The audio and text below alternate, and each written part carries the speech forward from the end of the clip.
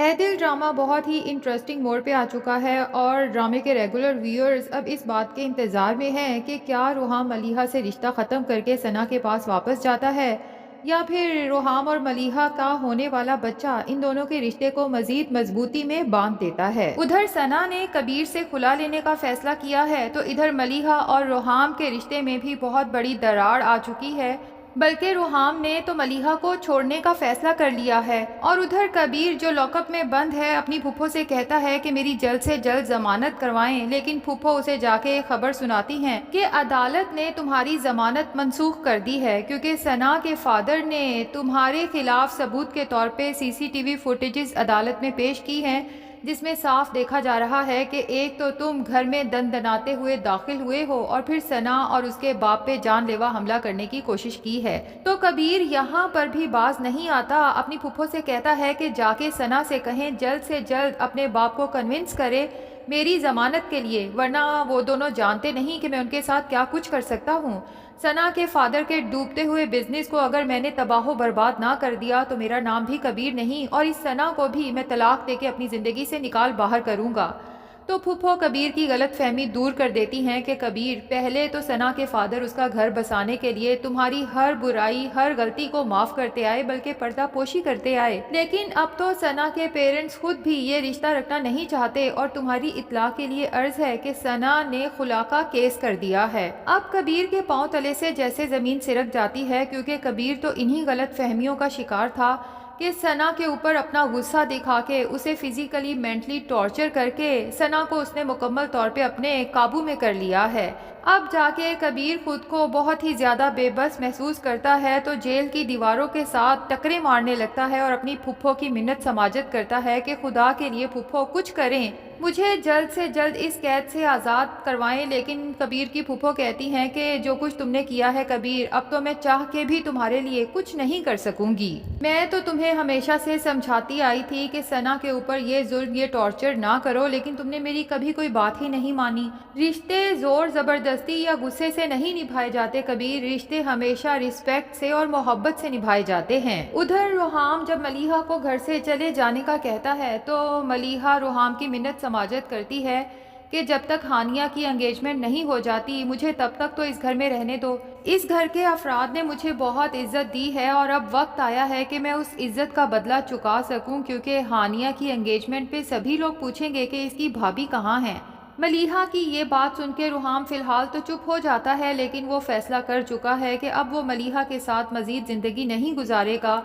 اگر واقعی ہی موہت کی بات سچ ہے کہ میں ملیحہ اور اس کی محبت کے درمیان آیا ہوں، تو میں ان مردوں میں سے نہیں ہوں جو زبردستی کسی کو اپنی زندگی میں جکڑ کے رکھیں۔ ملیحہ اپنی محبت کے پاس واپس جا سکتی ہے، جبکہ ملیحہ یہ سوچتی ہے کہ شاید اتنے دنوں میں کوئی ایسا راستہ نکل آئے کہ روحام کا دل میری طرف سے صاف ہو جائے، کیونکہ غلطی تو اس نے کی ہے جب روحام نے ملیحہ سے بارہا کہا تھا کہ آج کے بعد تم اپنی کوئی چھوٹی بڑی پریشانی مجھ سے نہیں چھپاؤ گی۔ اس کے باوجود ملیحہ نے موہت کی کالز والی بات روحام سے چھپا کے روحام کے دل میں اس شک کو پکا کر دیا ہے کہ ملیحہ بھی موہت کے ساتھ ہی زندگی گزارنا چاہتی ہے، تبھی تو میرے سے چوری چھپے موہت سے کانٹیکٹ میں تھی۔ اور اب اس سے بھی برا تب ہوتا ہے جب موہت کو پتہ چلتا ہے کہ اس کے دوست فائق کی انگیجمنٹ کسی اور سے نہیں بلکہ روحام کی بہن ہانیہ سے ہو رہی ہے۔ تو موہت فیصلہ کر لیتا ہے کہ میں اس انگیجمنٹ پہ ضرور جاؤں گا، اور وہاں جا کے ایسا میس کریٹ کرتا ہے کہ روحام بیچارے کی برداشت بالکل ہی جواب دے جاتی ہے۔ موقع دیکھتے ہی ملیحہ کے سر پہ پہنچ جاتا ہے،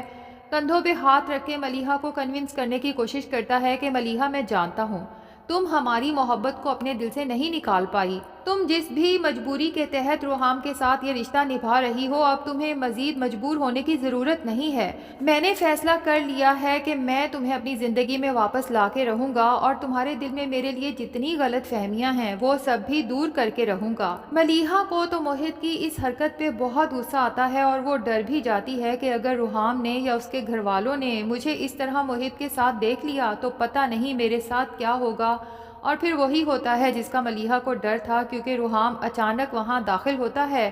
اور موہد ملیحہ کو اس طرح سے باتیں کرتے ہوئے دیکھ لیتا ہے اور اسی وقت اپنا فیصلہ سنا دیتا ہے۔ موہد سے کہتا ہے کہ ایک دفعہ میری بہن کی انگیجمنٹ کا فنکشن ختم ہو لینے دو، تم یہاں سے خالی ہاتھ نہیں جاؤ گے بلکہ ملیحہ تمہارے ساتھ جائے گی۔ اور پھر ملیحہ کی طرف افسوس اور غصے سے دیکھتے ہوئے کہتا ہے کہ جتنی جلدی ہو سکے اپنا سامان سمیٹ لو، میں نہیں چاہتا کہ میرے گھر والوں کے سامنے مزید کوئی تماشا بنے۔ ملیحہ کو تو اس موہد پہ شدید غصہ آتا ہے کہ اس کی وجہ سے میرا ہنستا بستا گھر برباد ہو رہا ہے۔ اسے تو شدید پچھتاوا ہوتا ہے کہ اس نے زندگی میں موہد جیسے شخص سے محبت کرنے کی غلطی آخر کی ہی کیوں۔ ملیحہ تو اب صرف اور صرف روحام کو چاہتی ہے، لیکن روحام کو یہ بات سمجھانے کے لیے ملیحہ کے پاس نہ تو کوئی الفاظ ہیں نہ ہی کوئی ثبوت۔ چپ چاپ اپنا سارا سامان پیک کرتی ہے اور ساتھ ہی روحام کی پکچر بھی اٹھا لیتی ہے اور فیصلہ کر لیتی ہے کہ اگر روحام مجھے اپنی زندگی سے نکالنا چاہتا بھی ہے تب بھی میں کبھی اس موہد کی زندگی میں واپس نہیں جاؤں گی۔ اپنا سامان اٹھاتی ہے اور اپنی ماں کے گھر چل دیتی ہے۔ اب اگلے دن جب ملیحہ کی دوست اسے ملنے آتی ہے تو اس کے ساتھ اپنا دکھ سکھ شیئر کرتے ہوئے ملیحہ زاروں قطار رو دیتی ہے۔ اس کی دوست ملیحہ کو سمجھاتی ہے کہ تمہیں جب روحام بھائی نے اعتماد دیا تھا کہ تم اپنا ہر مسئلہ مجھ سے شیئر کر سکتی ہو تو تمہیں موہد کی بلیک میلنگ کے بارے میں پہلے ہی روحام بھائی کو بتا دینا چاہیے تھا۔ لیکن ملیحہ اپنی ہی لاجک دیتی ہے کہ جب کسی مرد کو یہ پتا چلتا ہے کہ اس کی بیوی ماضی میں کسی اور مرد کے لیے آنسو بہاتی آئی ہے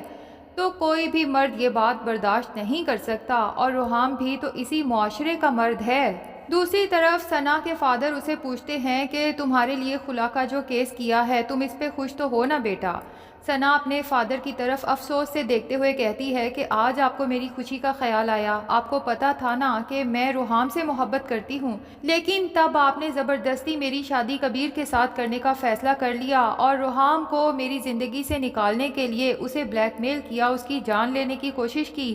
ثنا کے فادر تو جب اپنی بیٹی کی یہ بات سنتے ہیں تو زاروں قطار رو دیتے ہیں اور انہیں اب جا کے محسوس ہوتا ہے کہ کبیر کی دولت دیکھتے ہوئے ثنا کی شادی اس انسان کے ساتھ اس لیے کی تھی کہ میری بیٹی پرسکون اور خوبصورت زندگی گزارے گی، اور پھر یہ کہ کبیر میرے کاروبار میں انویسٹ کرے گا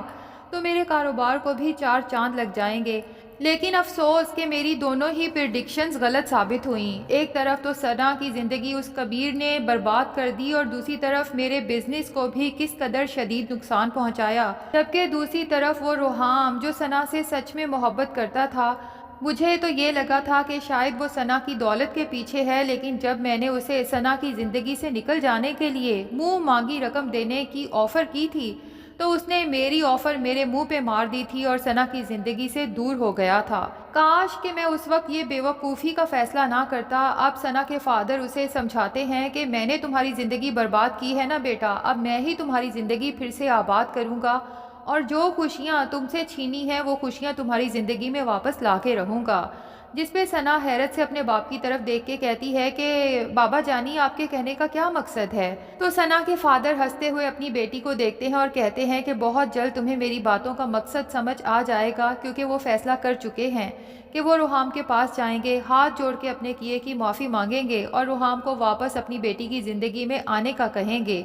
تو ناظرین، دوسری طرف روحام بھی تو ملیحہ کو چھوڑنے کا فیصلہ کر چکا ہے۔ اب دیکھنا یہ ہے کہ جب ثنا کے فادر روحام کے پاس جاتے ہیں، اپنی تمام غلطیوں کا اعتراف کر کے روحام سے معافی مانگتے ہیں اور ثنا کے ساتھ شادی کرنے کا کہتے ہیں، تو کیا روحام ہنسی خوشی اپنی پرانی محبت کی طرف لوٹ جاتا ہے یا نہیں؟ تو ناظرین، کیا خیال ہے، کیا ملیحہ اور روحام کا یہ رشتہ ٹوٹ جائے گا یا پھر پہلے سے بھی زیادہ مضبوط ہونے والا ہے؟ کمنٹ سیکشن میں اپنی رائے کا اظہار ضرور کریں۔ ویڈیو پسند آئی ہے تو لائک اور چینل کو سبسکرائب بھی ضرور کر دیں۔